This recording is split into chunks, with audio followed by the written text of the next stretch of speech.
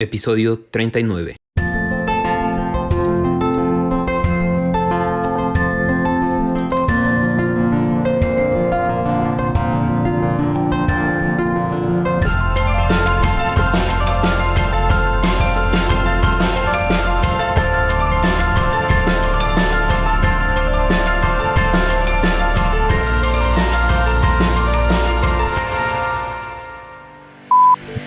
Bienvenidos al podcast LGBTQ, en el cual se tocan temas sobre diversidad sexual.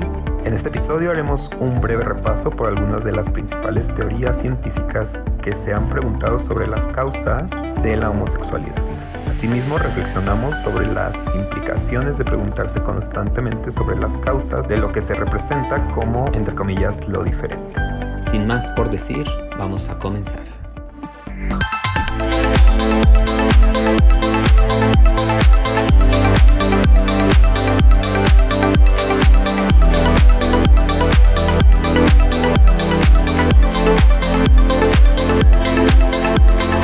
La pregunta por las causas de la homosexualidad ha estado presente en distintos discursos e investigaciones científicas y filosóficas a lo largo de la época moderna, herederas de las concepciones más tradicionales y conservadoras del medievo que marcaron los inicios de la ciencia moderna. Las interrogantes sobre las minorías sexuales se han abordado y reformulado de manera importante desde distintas perspectivas. Pero, ¿sobre qué causas nos preguntamos? En el año 1973, la Asociación Americana de Psicología publicaba la segunda versión de los manuales diagnósticos y estadísticos de las enfermedades mentales, con la intención de unificar las miradas clínicas sobre lo que se consideraba un trastorno. En esta versión se incluye un cambio importante con respecto a la anterior. La homosexualidad se retiraba del compendio de trastornos, con lo cual dejaba de ser considerada una patología mental.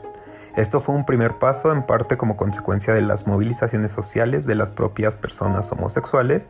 Por su parte, la Organización Mundial de la Salud retiró a la homosexualidad de su clasificación internacional de las enfermedades hasta la década de los 90. Y fue hasta la primera década del año 2000 cuando la APA permitió una declaración oficial en donde aseguraba que no existía validez científica en las terapias correctivas de la homosexualidad que seguían implementándose en distintos lugares.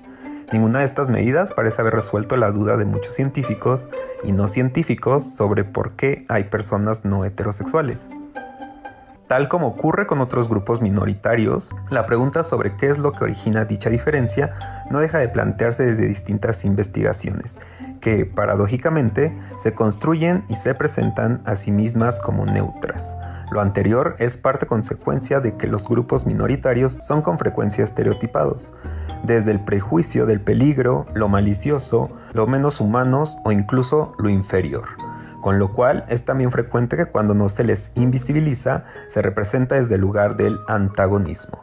Lo anterior quiere decir que, a priori, muchas de las preguntas de investigación han tomado como punto de partida y de referencia al sujeto hombre heterosexual. Y a partir de su cuerpo, experiencias, deseos, etc., se han formulado y respondido las preguntas sobre todo lo demás. Siendo así, no es de extrañar que hasta en las formaciones profesionales de psicología y áreas afines se siga haciendo la pregunta sobre las causas de la homosexualidad. Por decirlo en otras palabras, en la base de muchas preguntas de investigación se encuentra una ideología homófoba frecuentemente invisibilizada. Para ejemplificar, podríamos hacer el breve ejercicio de preguntarnos por qué casi nadie se pregunta sobre las causas de la heterosexualidad.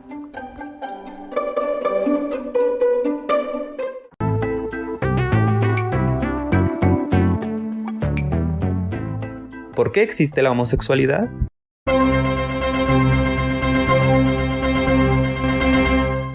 Para empezar, hay que decir que no se puede argumentar que ser gay o lesbiana sea antinatural, ya que se han observado estos comportamientos en peces, ranas, caribús, carneros, macacos y 500 especies más.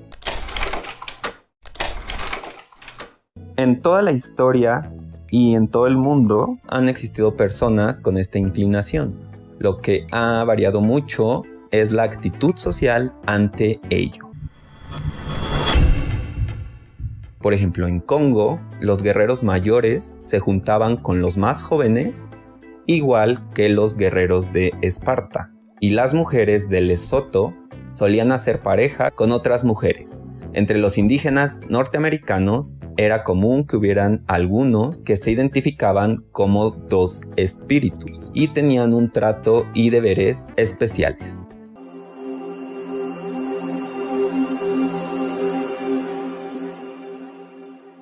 En las civilizaciones precolombinas, azteca, quechua, maya, tupinambá y otros, también había intimidad entre personas del mismo sexo. Aunque los conquistadores trataron de erradicar. De hecho, en la antigüedad no se clasificaban a las personas como homosexuales o heterosexuales. Estas categorías surgieron hasta el siglo XIX, en la Grecia clásica. Las relaciones entre personas del mismo sexo eran vistas como una institución que permitía la transmisión del conocimiento y la creación de lazos afectivos. Incluso en la época medieval no se consideraba que hubieran personas homosexuales, sino conductas de ese tipo que se consideraban pecado. La primera vez que aparece la palabra homosexualidad es en un panfleto de 1869. Se formó con la palabra griega homo, que significa igual, y sexus, que significa sexo. En 1952, la Asociación Estadounidense de Psiquiatría la incluye en su manual diagnóstico y estadístico de los trastornos mentales, pero muchos psicólogos y médicos lo objetaron, ya que ningún estudio daba evidencia de que se tratara de un desorden o una anormalidad. Por lo que, gracias a Dios, en 1973 fue retirado de la misma.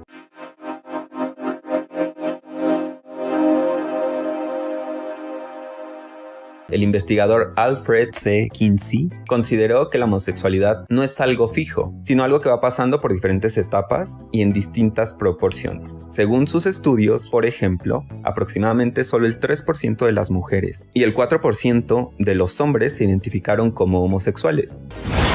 Pero el 13% de las mujeres y el 37% de hombres habían tenido alguna experiencia con parejas de su mismo sexo.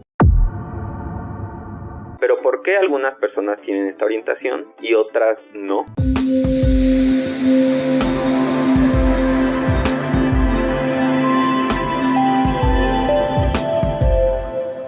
Los científicos han concluido que no se trata de algo aprendido, sino que hay muchísimos factores, especialmente genéticos y hormonales. Aunque no se ha identificado un gen gay, se ha dado una correlación con ciertas características de una región del cromosoma 8 y del cromosoma X. Pero, ¿los homosexuales se pueden reproducir? Pues sí.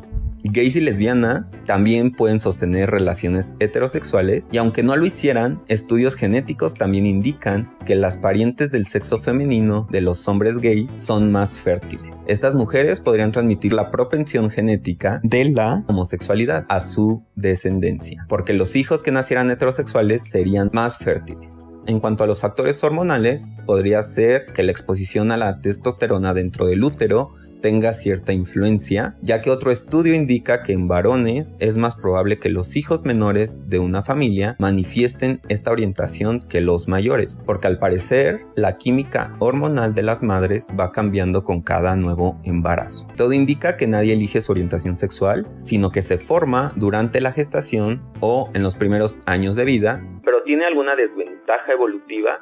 La bióloga John Ruff Garden argumenta que se ha puesto demasiado énfasis en los aspectos competitivos y agresivos de la evolución y que las conductas de amor y cooperación juegan un papel importante en ese contexto.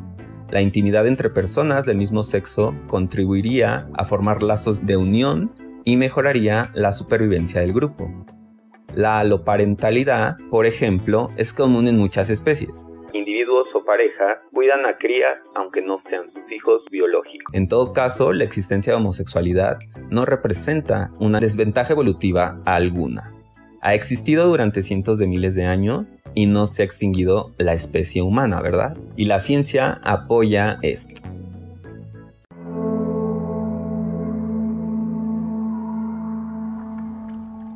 Así pues, una serie de investigaciones con distintas perspectivas científicas se han desarrollado para explicar la homosexualidad.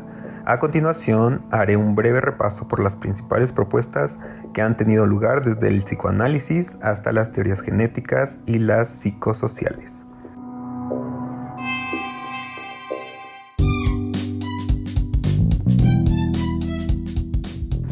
1. Teorías psicodinámicas. Para el psicoanálisis freudiano, la estructuración psíquica está fuertemente ligada con el desarrollo psicosexual. La definición sexual es un proceso que no está determinado por las características anatómicas, sino por la identificación sexual predominante y la elección psíquica de un objeto de deseo. La homosexualidad en este caso es representativa de una estructuración en donde ha tenido lugar una fijación pulsional hacia la figura materna en oposición a la figura paterna. Esto lleva a la estructuración de un objeto de deseo que en este caso se corresponde con el mismo sexo. Dicho proceso no necesariamente ocurre de la misma manera en hombres y mujeres. En este contexto, Freud utilizó el término de invertido para hacer referencia a la homosexualidad, en un intento por establecer una diferencia con el término que se utilizaba corrientemente, pervertido.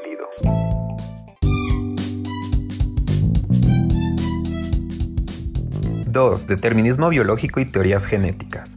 Quizá las teorías que han generado mayor impacto en los estudios sobre la homosexualidad han sido aquellas que se inscriben en los paradigmas biologicistas. Estas van desde las teorías evolucionistas darwinianas hasta los que sugieren que la homosexualidad es consecuencia de factores genéticos determinados. A partir de lo anterior, se suele pensar que la homosexualidad es contraproducente para la reproducción de la especie.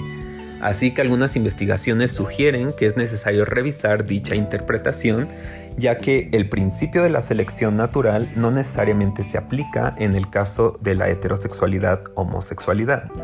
Según algunas de estas teorías, existe la posibilidad de un aumento significativo de la fecundidad en mujeres con familia materna homosexual. Asimismo, han sugerido que los factores genéticos que están relacionados con el cromosoma X influyen en la orientación homosexual de los hombres.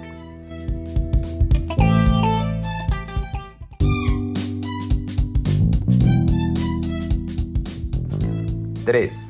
Teorías endocrinólogas. Entre las explicaciones anteriores y las que siguen se encuentran investigaciones y teorías sobre la actividad endocrina. Se sugiere que la homosexualidad es consecuencia del desarrollo hormonal peri- o postnatal, lo que a su vez puede tener como causa distintos elementos, por ejemplo, los tratamientos hormonales de la madre durante la gestación. Asimismo, estas teorías suelen enfatizar el papel de la testosterona en el desarrollo del cerebro y del sistema nervioso. Dicha hormona podría hacer que los animales se masculinicen, especialmente durante el periodo de gestación. Déficits de testosterona en el desarrollo perinatales de los hombres podrían generar homosexualidad masculina y unos niveles altos de la misma hormona generarían homosexualidad femenina. Existen incluso teorías que sugieren que esto último es visible en el tamaño de los dedos de las manos derecha, es decir, que según un dedo es más grande que otro, la mano podría ser un indicador de homosexualidad. Por último, y sobre el desarrollo gestacional, se ha propuesto que la orientación sexual está relacionada con la respuesta inmunitaria del cuerpo de la madre, que a su vez relaciona con el desarrollo y la actividad cromosoma Y. Investigaciones recientes han sugerido que una determinada reacción del cuerpo materno a proteínas asociadas a dicho cromosoma elevarían la probabilidad de que el varón sea homosexual, así como distintas complicaciones médicas.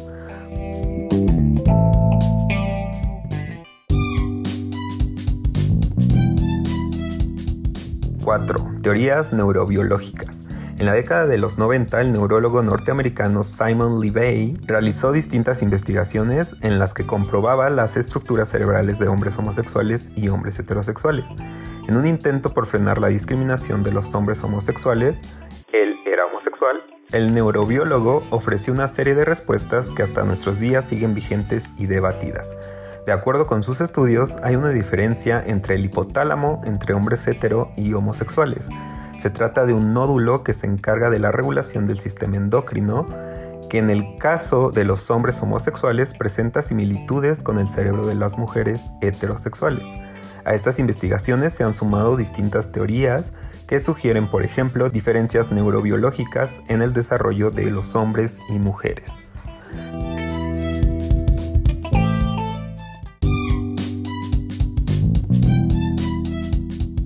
5. Diversidad biológica y disidencia sexual. En el contexto de apertura de distintas corrientes científicas y filosóficas, y en consecuencia de distintos movimientos sociales que abogan por el reconocimiento de la diversidad sexual, ha surgido la teoría queer. Esta última supone que tanto el género como el sexo son construcciones sociales. Como tal, dichas construcciones generan una serie de normas, deseos y posibilidades de acción, así como prácticas de exclusión, segregación y patologización. En este mismo contexto, la bióloga Joan Roughgarden ha retomado las teorías darwinianas sobre la sexualidad, pero para darles la vuelta, sus investigaciones sugieren la existencia de distintos géneros sexuales y cuestiona la existencia de un sexo-género binario, es decir, que se reduce a la posibilidad de ser hombre o mujer, dando primacia a la heterosexualidad. Esto último se hace visible no solo en los seres humanos, sino en muchas especies animales intersexuales y especies que tienen la posibilidad de cambiar de sexo biológico a lo largo de su vida.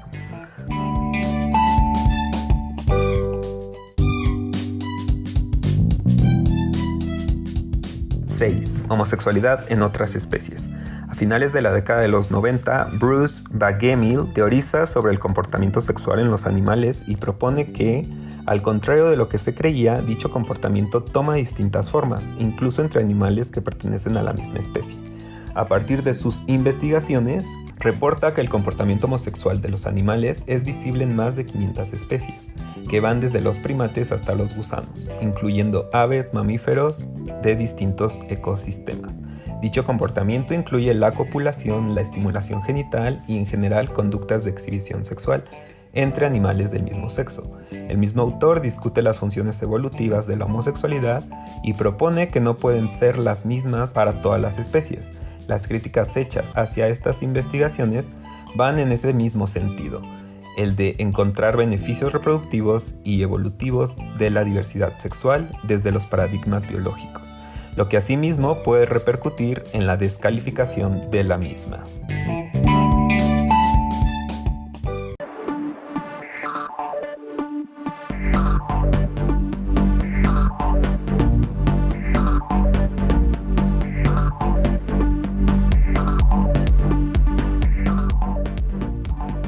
Se sabe que este tema puede despertar acaloradas discusiones y considero que todos los puntos de vista son válidos siempre y cuando no interfieran con los derechos o con la integridad de un tercero. Reprimir la homosexualidad de una sociedad no hace que deje de existir, solo lo oculta. Aceptar la homosexualidad en una sociedad no hace que se propague, solo logra que la convivencia entre las diferentes orientaciones sea más amable y armoniosa.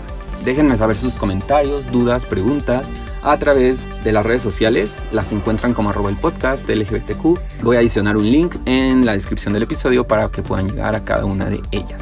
Recuerden que dar un like, un compartir, un suscribirse en YouTube ayuda mucho para que toda esta información pueda llegar a más y más personas y de esta manera nos encaminemos a ser esa sociedad que vive, incluye, respeta y es empática con la diversidad. No me queda más que recordarles que mi nombre es Oscar Olmos y que nos escuchamos en el próximo episodio para continuar construyendo conocimiento, derribando prejuicios.